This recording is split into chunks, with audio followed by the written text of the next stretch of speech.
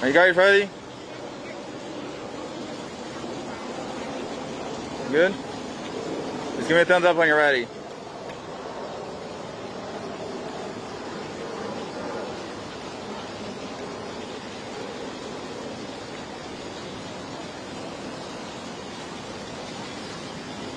Good? Yeah, are we good? Okay, we're good. So on August 23rd, 2020, Jacob Blake was shot in the back 7 times in front of his kids for getting into his car after breaking up an argument.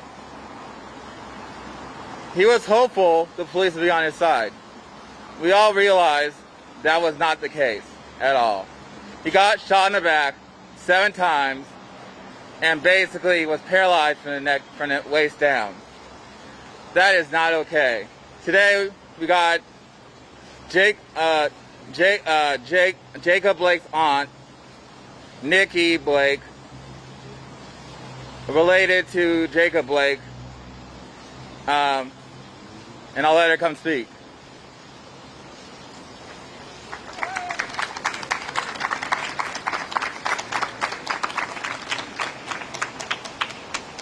We told them to stop after Trayvon. We told them to stop after Sandra Bland.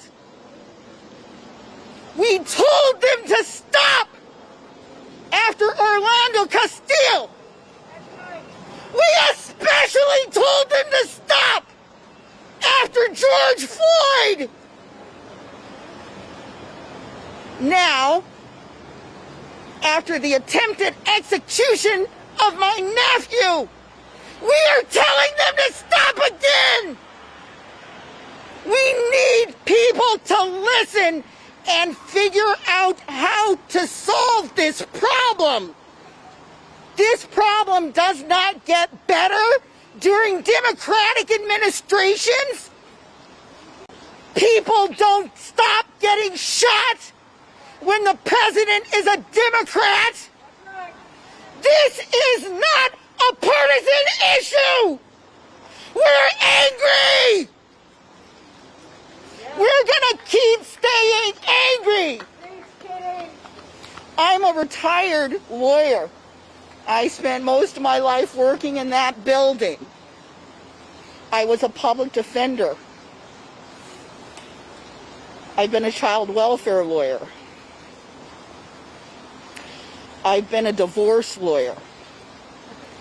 During my years as a criminal lawyer, I never saw anything like this before.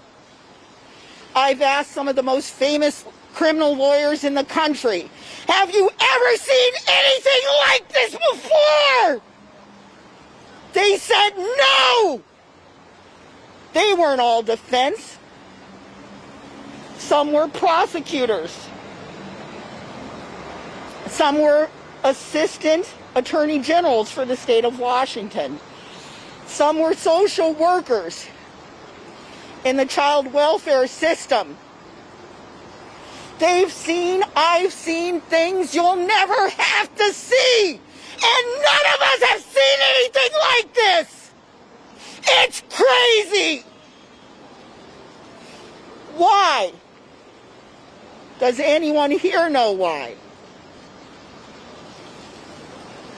Why does it take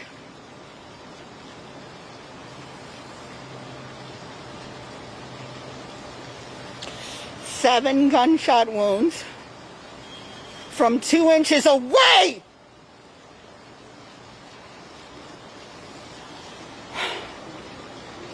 I'm sorry. I'm sorry. It doesn't make sense. When I look at the video, and I'm obsessed with it because I was a criminal defense attorney, we analyze things. I've looked at it 200 times. And when I hear Pop, pop, pop, pop, pop, pop, pop. I can't believe it. I mean, in some respects, I think me and my friends have been sitting around. What else could they have done? That's what we keep hearing from the white wing. If you have a wing, the right-wing media is what else could the police officer have done? This morning, I read from retired police officers that they could not believe they had to say. There's plenty more they could have done. I mean, at the very least, they could have used 6 bullets instead of 7. They could have shot the tires of the car and saved the government 3 bullets. So I believe that after George Floyd's murder, when we told them to stop and they persisted to attempt to murder my nephew, that the police state of America has proven they don't care what Americans think about them killing black men. They don't care. They do not care. It seems to me, and sometimes I get confused, but I've got a pretty logical, pretty good brain. And I sit down and I try to think, as a legally trained person, how could I stop this from happening in the future? And I have a certain amount of hopelessness. The reason is because, as a retired lawyer, I already know what they do is illegal. I cannot draft legislation to stop this. It's illegal now.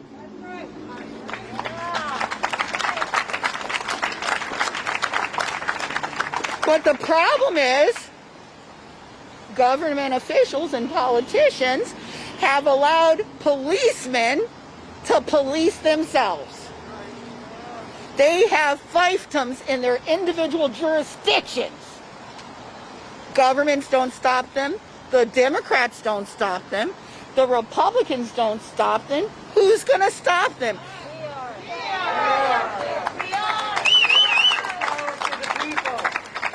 We're going to stop them. We've got to figure it out. And I think one of the ways we stop them is explaining defund the police to them. It's hard. You know they're ignorant. You know they don't read. And you know they weren't the best students, right? But defund the police has been newly branded. Most people here don't even know this, but I'm a child welfare expert. The way we used to talk about it in the 90s, we used to say, if you would grab some of the money from the prison system, I used to represent foster children here in the state of Washington in that building.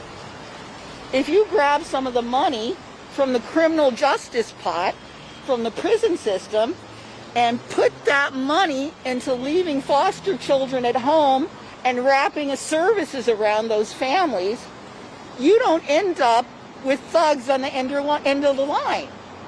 They don't need that much money because there's not going to be as much crime. Take that money and the little black child who desires, who craves to be an artist, gets piano lessons. Take that money and the black family who's struggling because their parents were criminal or welfare clients and their parents' were criminal welfare clients. Take that money and help them learn. Take that money to clean up their home. Take that money to give them hope.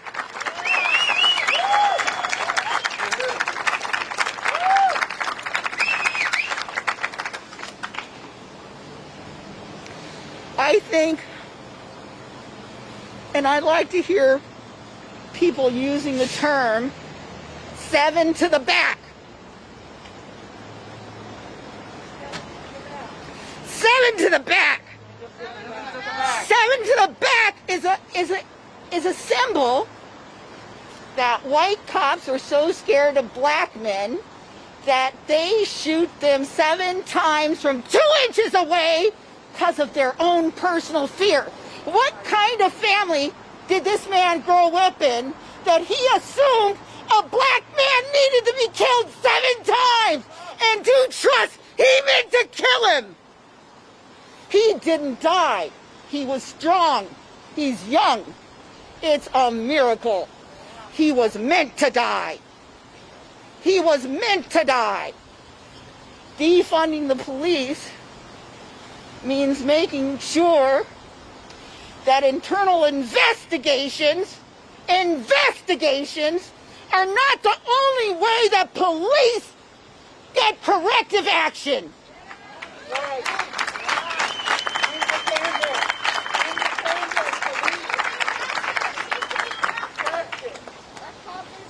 What happens when, so incredibly, right, a guy's dead on the street and a police camera malfunctioned? Isn't it amazing that the police cameras only malfunction when there's a black man dead on the street? Fire him. If his self-working camera mechanism doesn't work, he's so stupid that he can't let his own camera do its work. Fire his ass.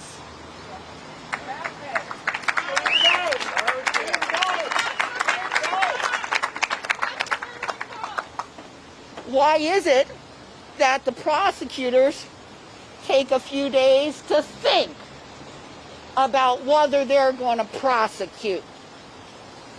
They don't take a few days to think if they're going to prosecute us. It's not always black, right? They've shot white guys, white women, disabled people, Asian people. They don't care. But indeed, we are disproportionately represented in police victimhood because of the color of our skin. We're a target. We're a target. We cannot be targets. I need for this to happen in Seattle because they isolate communities. They isolate us.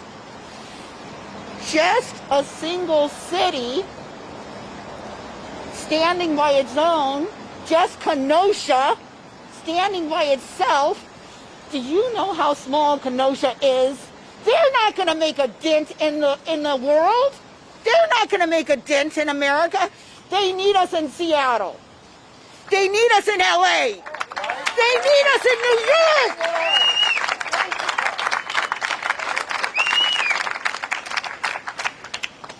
One of the best litigators in Seattle, Chris Swavey, called me and said, "Nikki, why do you think they hate us so much?" He's a black man. And I thought for 30 seconds, not that long. I said, "Chris, I kind of hate Nordstrom's, right? I owe Nordstrom's a lot of money. I used to earn a lot of money, but now I'm retired. Nordstrom's has done nothing to me but provide me expensive stuff of high quality that I can't pay back. I hate them, right?" African Americans here and all over the country did nothing for white Americans except for pick y'all's cotton for free and build this nation side by side with you. It's a debt white America chooses not to repay. That's why they hate us, Chris. That's why. Just like I hate my debtors.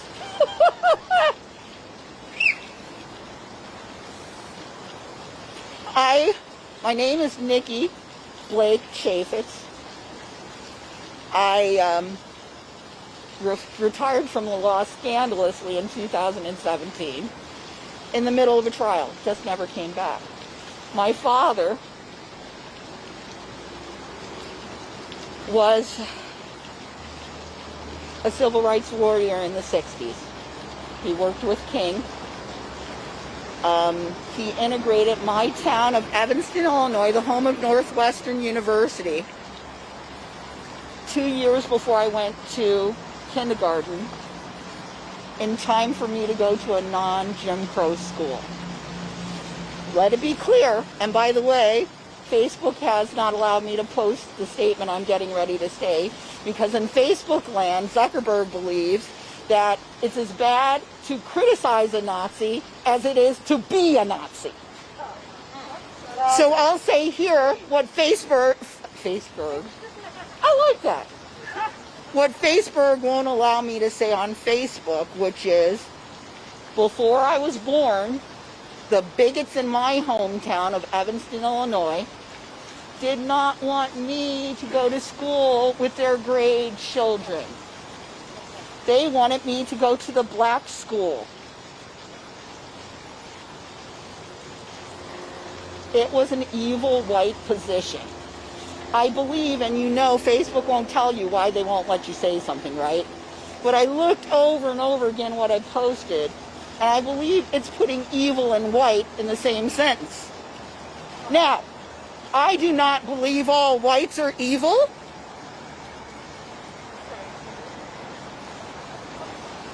This is my son. I do not fucking believe all whites are evil, but when whites are evil, we need to call out white evil.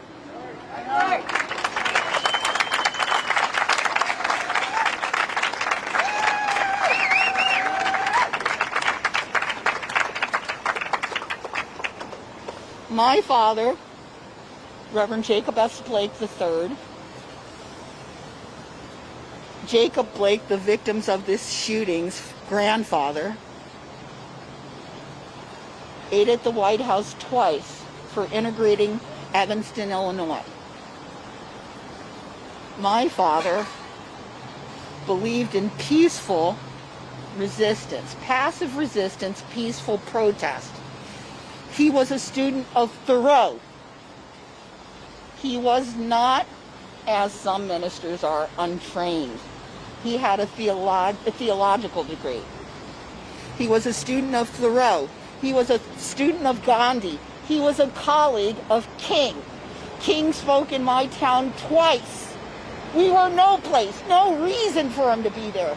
He was there because of my father and Reverend Edis. Some people think I am a black bigot. I'm not a bigot. No. I wouldn't have gone to the best grade schools in America if the white man, Reverend Edis of the UU Church in Illinois, Evanston, hadn't joined with the black pastor, Reverend Jacob S. Blake III, and marched until they broke the town.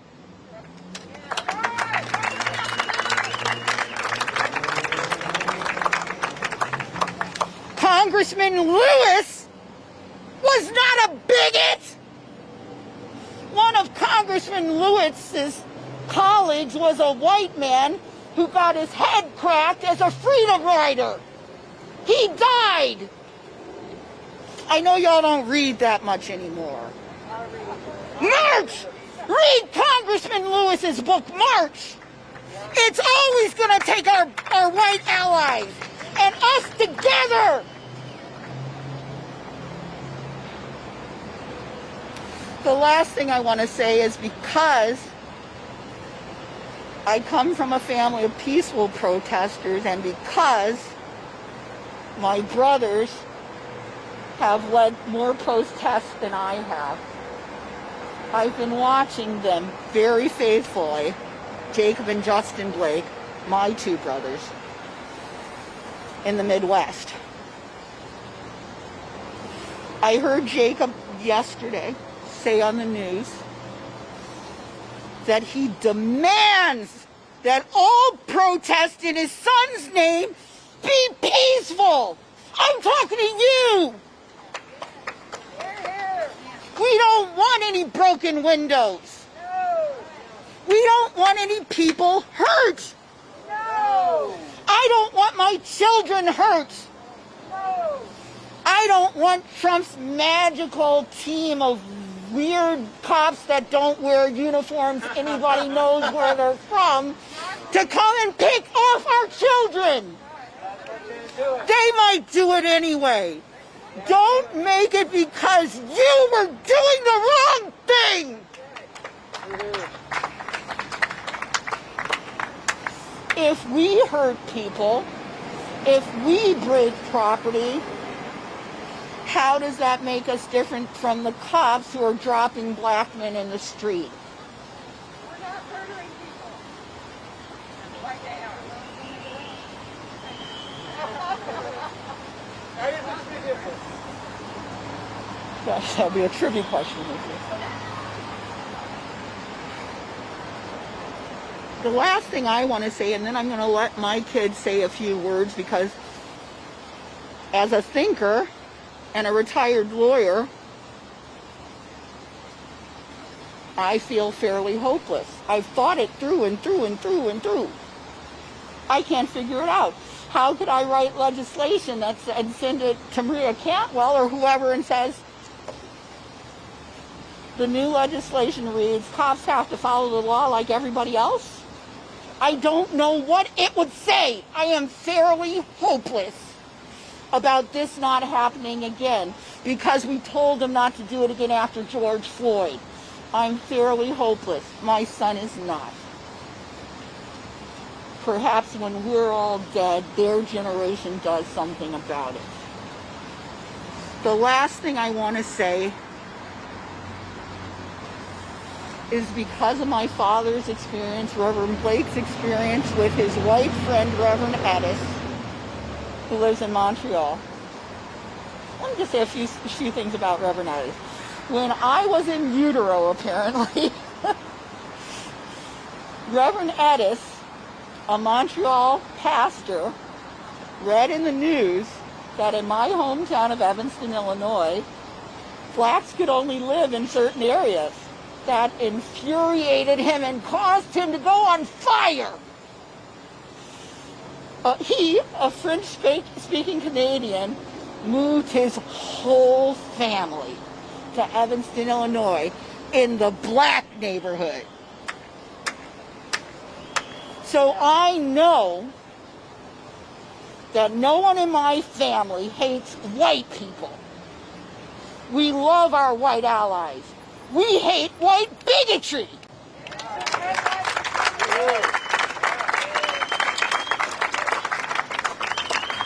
Finally, for my white allies,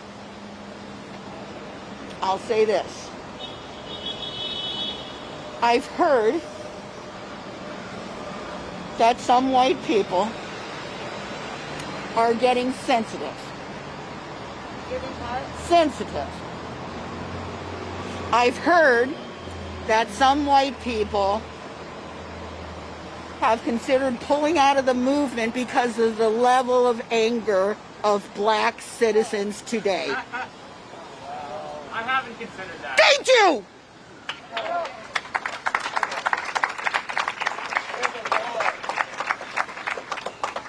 If you cannot stay with us while we're angry, fucking leave. Yes. You were never an ally to begin with.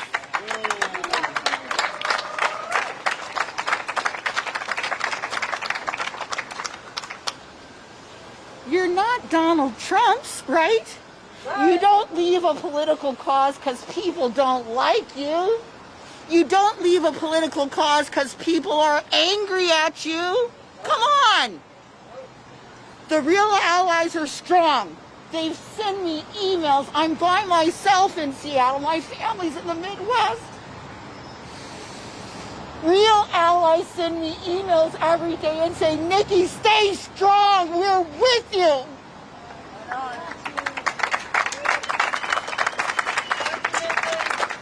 are those fake ass allies who are leaving the cause due to the nature of black anger. Let me say this to you. We don't know when we won't be angry again. That's up to y'all.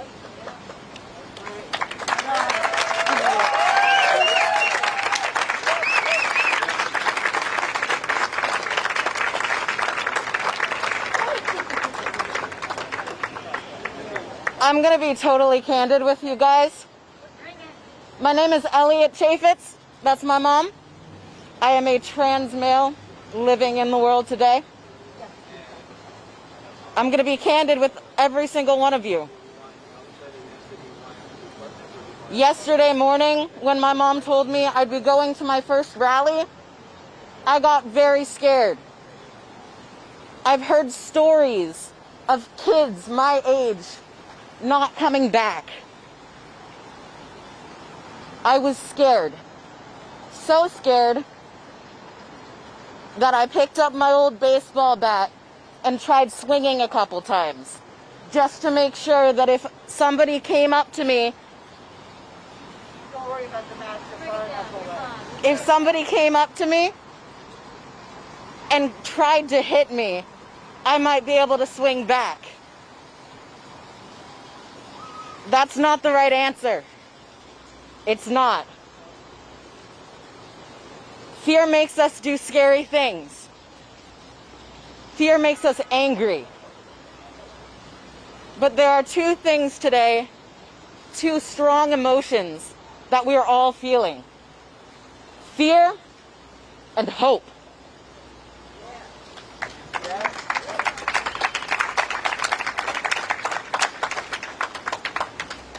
Hope is not the antithesis of fear.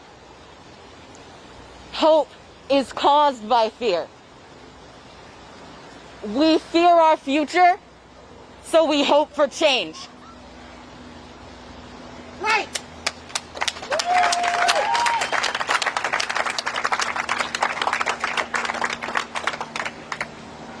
Fear causes us to do scary things. Fear makes us throw bricks, hurt people. But that is not the answer. If you are scared, know that courage is the reason you will persist. Courage is the reason you will persist. Courage is the reason that we do what we do. We act. We protest. When I heard that my cousin, my first cousin, was shot 7 times in the back, my first thought was, I've never met this man before in my life, and now I'll never get to. Not once did I think I would be estranged from my own family to the point where I would never meet my own cousin again. When I learned that he was paralyzed, a feeling of relief washed over me, knowing that at some point now, I might be able to meet my cousin. But he's not the same man he used to be. Part of his life was taken from him. A large part. And it's because of the fear that those policemen feel that they are responding with violence. We cannot let that be us. Yes. Thank you all. Thank you.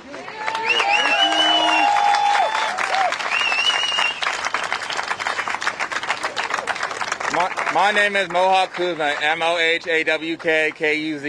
from Black Lives Matter Seattle Original. Been doing these protests since 2014. If you all know, all my protests have 90% of them been peaceful. You don't realize that the media has been saying that these protests have been violent. You don't realize the diversity of tactics is the only way to get justice in a situation. When they say no justice, no peace, guess what? It's not always going to be peaceful. People are going to act how they want to feel. That's how those people felt. That's how those people felt. If people are going to act a certain way, that's how they're going to act. You can't. That's like if you're going to try to demonize protesters for the way certain protesters act. Then you got to demonize all police. You can't say one thing out of the other. It makes no sense. It absolutely makes no sense. This is why I need to defund Seattle police by 50%. I also need to tell you something. Karen Best did not quit because of the defunding of the police. She quit because of retirement hit a 28 cap year. If you realize that my mom used to work for Seattle Parking Enforcement. I never told anybody in the committee about this. And I'm going to tell you now. I know Seattle police as a child.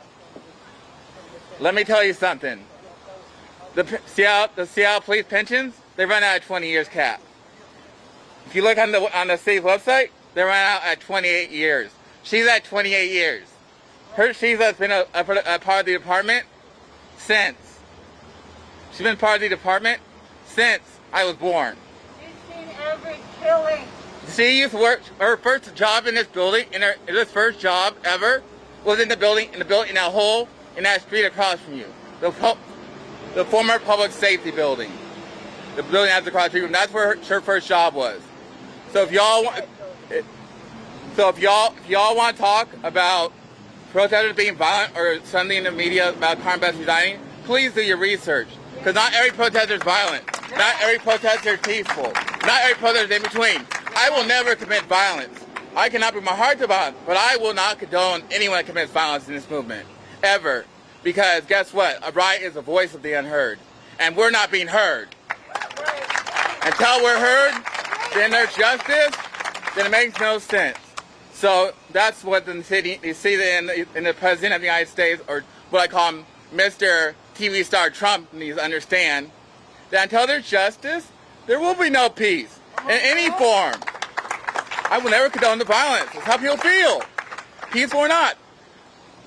Just don't. If you're going to do it in your own way. The movement's always been diversity of tactics. Now, thank you, and that's it. Oh yeah. Also, I forgot. There's a march on August 30th at 6 p.m. at 11th and East Pine, right down the street from the East Precinct. At 6. Yes, and Jake Blake's on too. Thank you.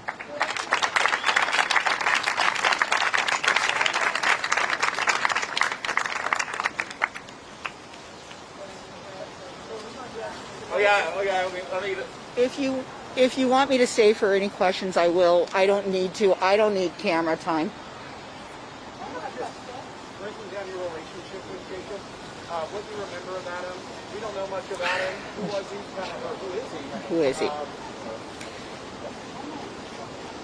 he? Jacob, my nephew, and I have only talked on the phone twice. And yes, I'm sorry. My nephew and I have only talked twice in person. His sister and I have a closer relationship, and the truth is, I hope that when bad things happen to good families, any schisms will be closed.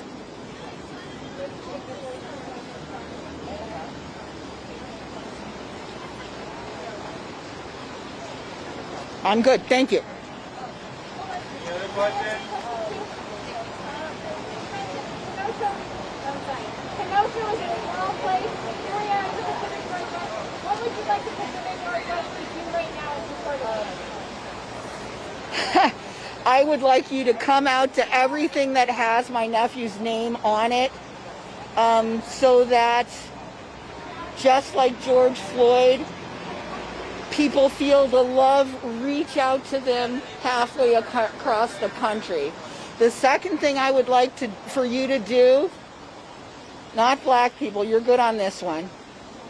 The second thing I would like for you to do, is a young woman, a very smart young white woman asked me today, Nikki, if I am too poor to contribute to the family's legal fund, what should I do?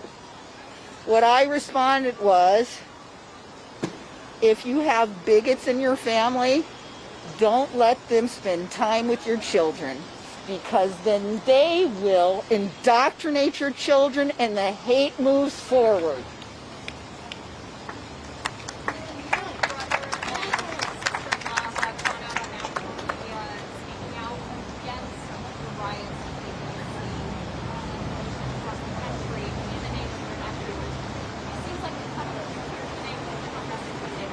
That is not true. I believe I might have a slightly different message than my sponsors, Black Lives Matter. But my family wants you to leave here knowing they do not want any violence done in Jacob's name. I denounce it.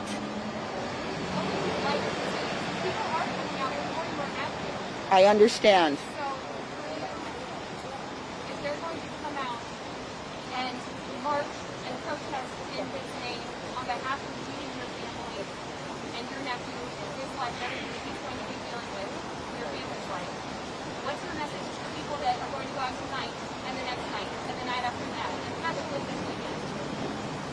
The press seems to need for me to say more than 5 fucking times to be peaceful. People are individuals. I am an individual. My message is to march peacefully.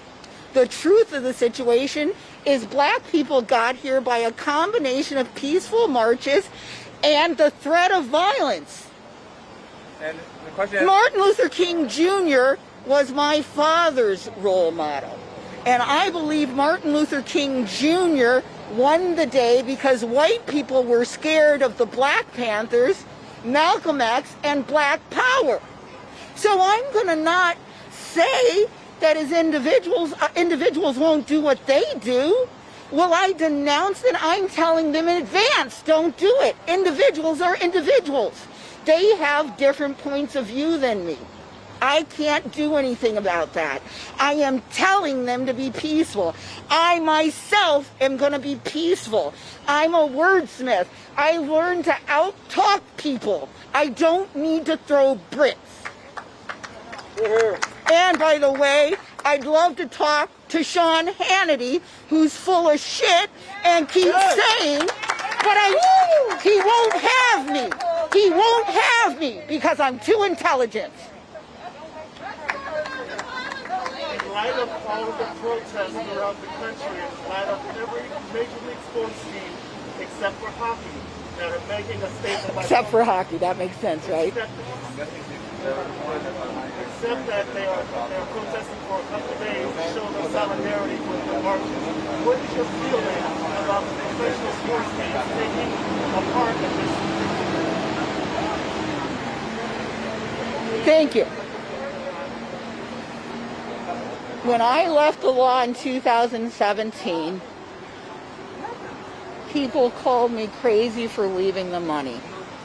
I strongly identify with Colin Kaepernick, who nickied before Nikki nickied. I believe that black celebrities and black athletes are like our 1%, right? Their vote and their voice carries farther than me and than you. And so when they join us, it makes my heart full. What do you say for the backlash some of the athletes that have received for the statements about your unfortunate event? They're always going to do that, right? I mean, my nephew was shot less than a few hours, and I'm an internet troll. Keep it. But what I do is I go to the worst dark white racist websites undercover and see what they're saying, because I don't think we can ignore them.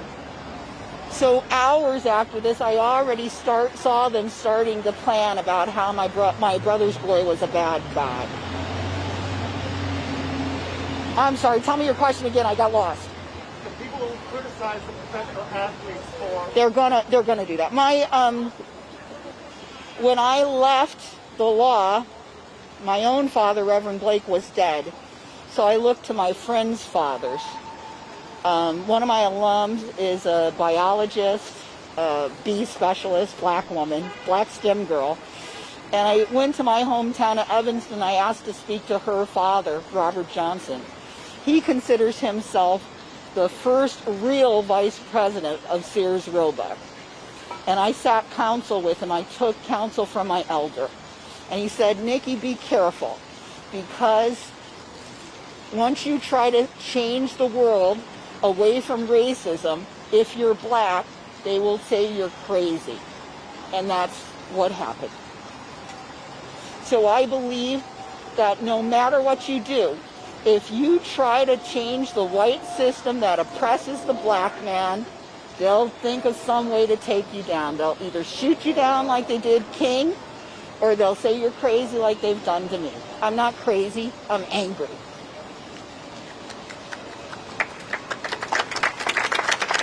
Thank you.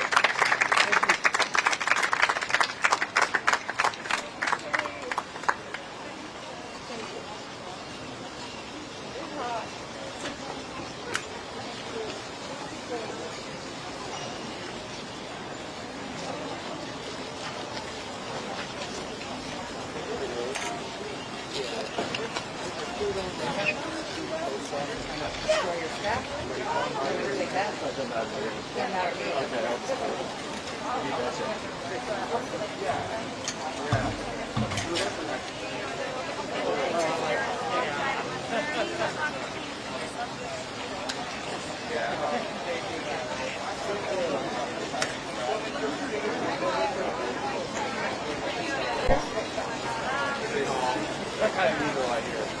Kind of evil.